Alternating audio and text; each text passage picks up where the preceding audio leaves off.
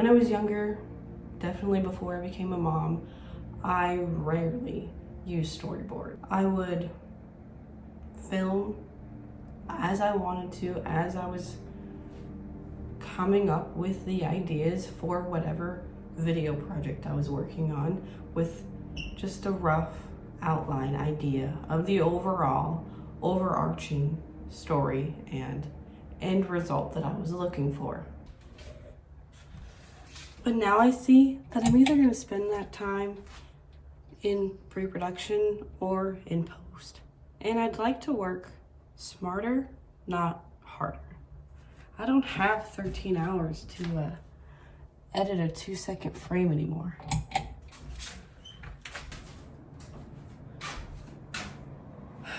Both create the story, just one takes longer and one is more efficient. Now, it's no secret that our lives are busy and there's not much time left. Recently, Alex Ramosi had shared a keynote where he was talking about his specific content creation strategy and how he looked at his analytics to see where his time was going when it came to content creation and what he was going to be focusing on.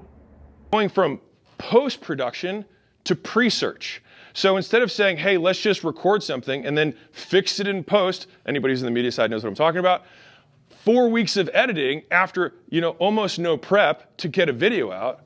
Well, what if we did 4 weeks of research and then we have almost no editing because we thought of everything ahead of time? Well, guess what?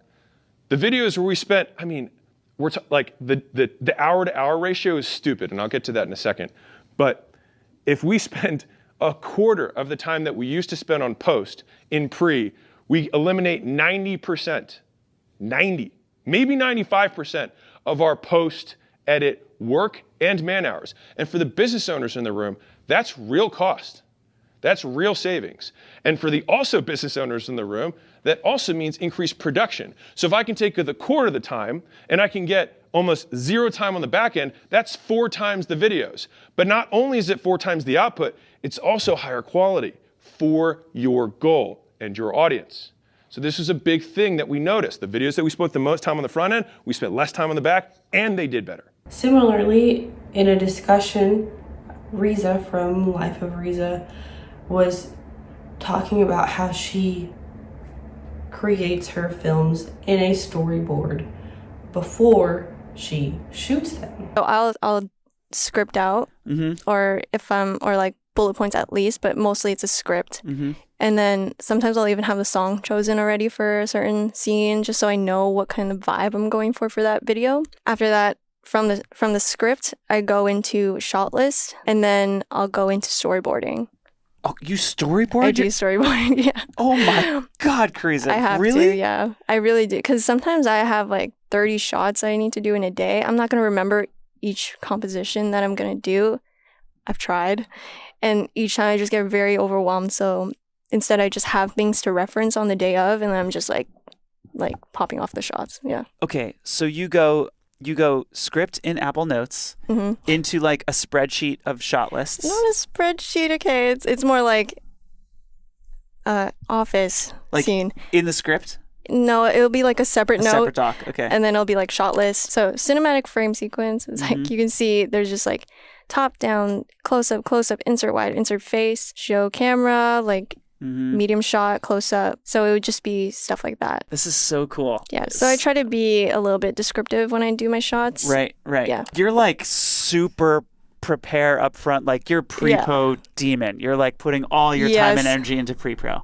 Yes. Wow. It's very important to me. Yeah. Because if not, oh my God, it's a disaster of like editing. Yeah. The better the pre-production is, the better the end result will be. And it's like a streamlined process. And I love that. Yeah. For me personally, as a mom, I cannot afford to spend 13 hours on a 2-second frame for a finished video anymore. I don't have 13 hours to produce that kind of content right now. We hear the saying that we all have the same 24 hours in the day.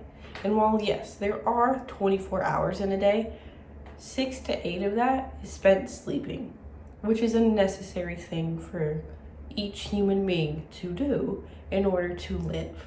But this means that if we're sleeping 6 to 8 hours every day, out of those 24 hours, we are left with 14 to 16 hours to work. So here are some practical tips you can take from my experience as a filmmaker for the last 10 years and a content creator for the last 15 years and a mom who's had to learn how to be organized for the last 6 years on how to plan your production. Number 1, you're going to want a storyboard template. You can either use the link down below, not affiliated, just the one that I personally use, to print it out and hand draw and write out your storyboard. But there are also now websites that you can use, even AI websites where you can write out what it is, type out actually what it is that you're looking at, the idea, and it will help take you from idea to through the process to creation. After you have your storyboard planned out and you know sort of the ideas, the shape, at least a rough draft of how you want each scene to look, and maybe even just the in point of the dialogue and the out point of the dialogue for each scene, then you move on to planning out with the gear that you need. Do you need any actors? Where exactly are you going to be shooting? What do you have local available to you to shoot? As well as planning out if you need to create a budget for that shoot. And sometimes you don't. Sometimes you already have everything. Like you have an iPhone and you have natural light, and I'm sure you have some sort of phone stand, or you could even use that pop socket you've got on the back of your phone to hold your phone up to create this film that you have in your mind, that you also have on paper now or somewhere on a digital form waiting to be produced. One thing I want you to realize is that when it comes to storyboards, you don't have to be an artiste. We're not looking for Pablo Picasso. I can draw, and this is what my storyboards look like. This is the storyboard I had for this video that you're watching right now. It's stick figures, it's a rough idea with some notes on what is happening in the shot so that I can see the movement without having to show it on a 2D format. So you don't have to be an artist, just a way to get the idea out of your brain to see if the pieces will work together. The pre-production stage does not have to be this long, drawn out stage of creation. Sometimes you can simply draw it out and then shoot it, even if inspiration has just struck.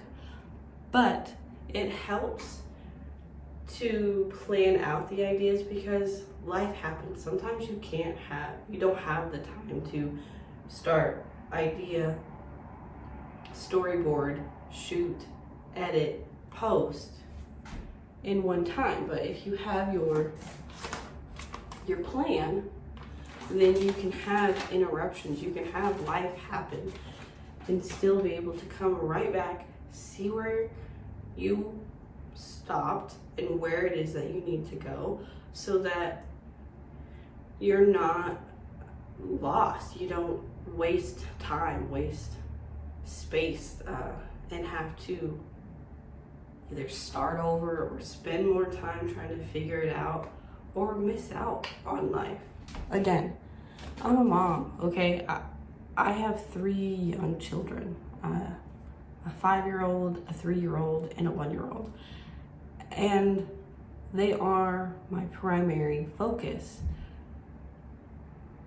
But I'm also a filmmaker, and I personally have to work out a new rhythm and a new flow for creating films and creating content that works with my other life obligations. And I'm sure the same is for you. You might not be a mom, but you might be a college student. You might be a 9-to-5er. You might be someone who has a limited amount of time to create the art or the films that you want to create, or the content that you want to create. So you need a better workflow. And that's where this pre-production stage comes in. It's not the most glamorous part of filmmaking, not by any means, but it's a necessary part of filmmaking. And I really hold true to this stoic idea of the Olympic athlete. And if you think I want to be an Olympic athlete, then when you think that idea, you should start to also consider the blood that's shed, the sweat that's poured, the time that is spent in training and stuff that is not so glamorous. It's not, I'm an Olympic athlete. It's what is put into being an Olympic athlete. You should do that with everything that you consider doing. As a filmmaker, you are not always going to be making films in the way that you think filmmaking is. You're not always going to be behind a camera or in the director's chair. You're not always going to be at award ceremonies or writing, or whichever aspect of filmmaking it is that you do. Sometimes you're gonna have to do the things that aren't so glamorous, aren't so fun, but they're necessary parts of becoming a filmmaker. When it comes to filmmaking, when it comes to the pre-production stage, do not miss out on it. Do not pass it up. Do not think that you can just go with the flow, because that's a bad practice. It's like needing to say yes and saying yeah. You formulate the habit. And if it's an incorrect habit, it's harder to break. But if you work on your filmmaking in the correct form, in the order that it should go in, that makes it work smoother in the way that all the professionals do it, then you will have a better stance. You will be better. Your habits will be formed in a way that is beneficial to you and your craft. So, in the end, don't skip out on pre-production. Check out the description below for any links and stuff that I use for my own personal pre-production, as well as a freebie, a free pre-production checklist for you to use. Yeah, and if you like filmmaking content and ideas, advice, then hit that subscribe button, like this video so that I can know, and the YouTube algorithm can know that this is the kind of content that is entertaining and engaging for you to watch. Leave a comment down below on your own personal thoughts. Do you agree with me about pre-production or not? And let's have a conversation down there. So, with all that, thank you for watching. My name is Tabatha Whiteside, and I'll see you on the next one.